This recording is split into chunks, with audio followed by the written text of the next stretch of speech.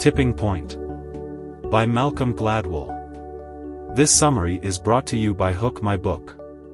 This book is about why some things become popular and how to make your own thing popular too. Malcolm Gladwell explains that certain things always seem to happen when they become popular, like more people buying them, more people getting them, and more people talking about them. He also says that it takes a lot of people to make something popular, and that you need to find the right tipping point to make it really take off. Things can change very quickly when there is a tipping point. This happens when a trend becomes more common and people start to see it happening more and more. Then, suddenly, the trend becomes an epidemic. Hush Puppies, the classic American shoe brand, had been all but dead until 1994. But then something strange happened. At a fashion shoot, two Hush Puppies executives, Owen Baxter and Geoffrey ran into a stylist from New York who told them that the classic Hush Puppies had suddenly become hip in the clubs and bars of downtown Manhattan. No one was trying to make Hush Puppies a trend. Yet, somehow, that's exactly what happened. The shoes passed a certain point in popularity and they tipped. The tipping point is about how ideas and products and behaviors can spread like viruses. It is an explanation for how things like the crime rate in New York City or the rise of Hush Puppies can happen. The tipping point is when changes happen at a dramatic moment and everything can suddenly change. The three rules of epidemics. The three agents of change that cause epidemics to tip are the law of the few, the stickiness factor, and the power of context. The law of the few states that a small number of people who are infected with a particular infectious agent can cause a large outbreak. The stickiness factor states that an infectious agent will stick around and become more common if it is transmitted from one person to another often. The power of context states that the environment in which an infectious agent is operating can have a large impact on its prevalence. The three rules of the tipping point offer a way of making sense of epidemics. They provide us with direction on how to go about reaching a tipping point. The law of the few. Word of mouth is the most important form of human communication. Think, for a moment, about the last expensive restaurant you went to, the last expensive piece of clothing you bought, and the last movie you saw. In how many of those cases was your decision about where to spend your money heavily influenced by the recommendation of a friend? There are plenty of advertising executives who think that precisely because of the sheer ubiquity of marketing efforts these days, word-of-mouth appeals have become the only kind of persuasion that most of us respond to anymore. People pass on all kinds of information to each other all the time.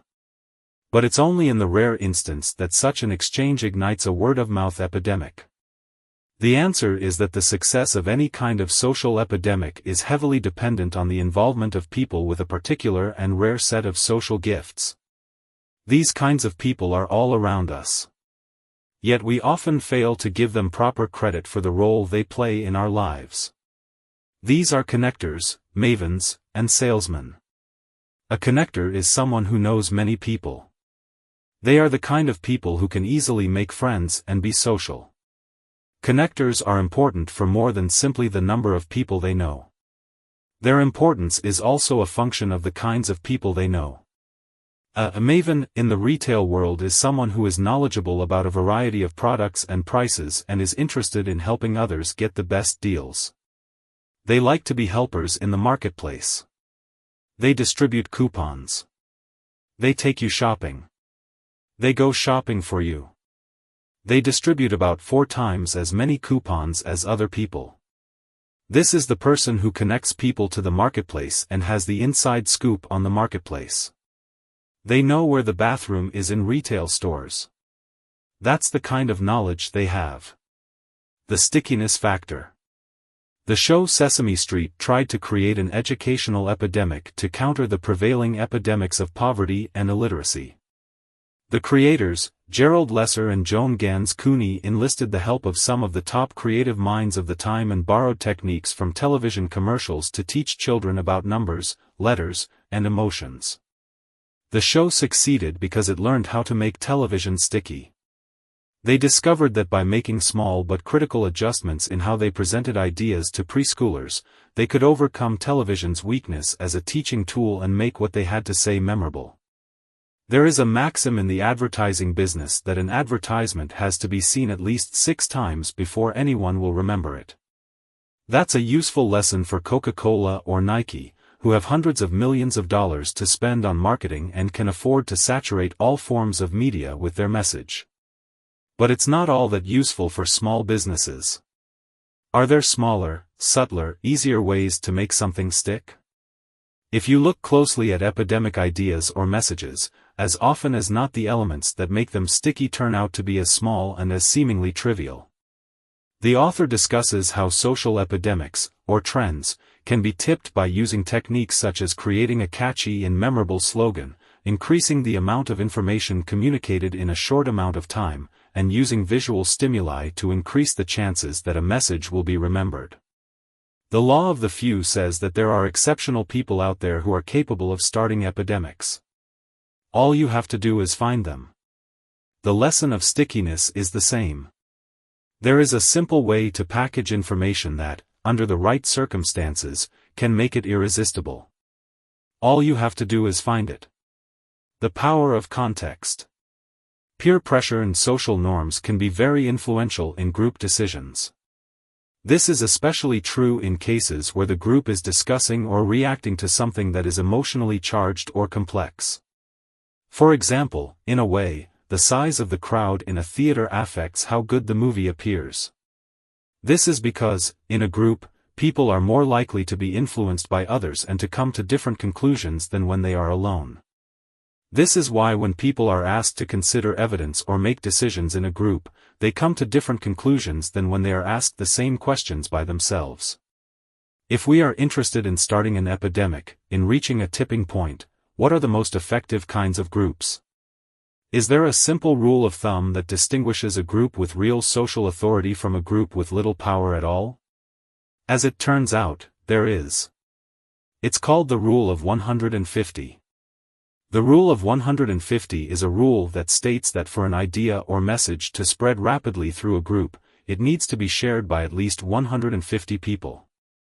Humans socialize in the largest groups of all primates because we are the only animals with brains large enough to handle the complexities of that social arrangement. The nurse, Georgia Sadler, started a campaign to increase awareness of diabetes and breast cancer in the Black community by setting up seminars in Black churches. The results were disappointing, and she realized that she needed to find a new way to present her message.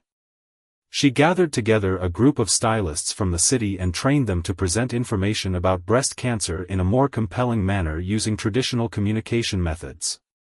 The campaign was successful and has continued to be so for over a year. She was successful because she was able to reach the tipping point. The world, much as we want it to, does not accord with our intuition. This is an important lesson of the tipping point. Those who are successful at creating social epidemics do not just do what they think is right. They deliberately test their intuitions. We are actually powerfully influenced by our surroundings, our immediate context, and the personalities of those around us. Telling seminarians to hurry turned them into bad citizens. The suicide of a charismatic young Micronesian set off an epidemic of suicides that lasted for a decade. Putting a little gold box in the corner of a Columbia Record Club advertisement suddenly made record buying by mail seem irresistible. To look closely at complex behaviors like smoking or suicide or a crime is to appreciate how suggestible we are in the face of what we see and hear, and how acutely sensitive we are to even the smallest details of everyday life. That's why social change is so volatile and so often inexplicable, because it is the nature of all of us to be volatile and inexplicable. But if there is difficulty and volatility in the world of the tipping point, there is a large measure of hopefulness as well. Merely by manipulating the size of a group, we can dramatically improve its receptivity to new ideas. By tinkering with the presentation of information, we can significantly improve its stickiness. Simply by finding and reaching those few special people who hold so much social power, we can shape the course of social epidemics. In the end, Tipping points are a reaffirmation of the potential for change and the power of intelligent action. Look at the world around you. It may seem like an immovable, implacable place. It is not. With the slightest push, in just the right place, it can be tipped. Finally, the author discusses how the use of word of mouth is increasing in importance, and how it is paradoxically related to the rise of technology in the modern age.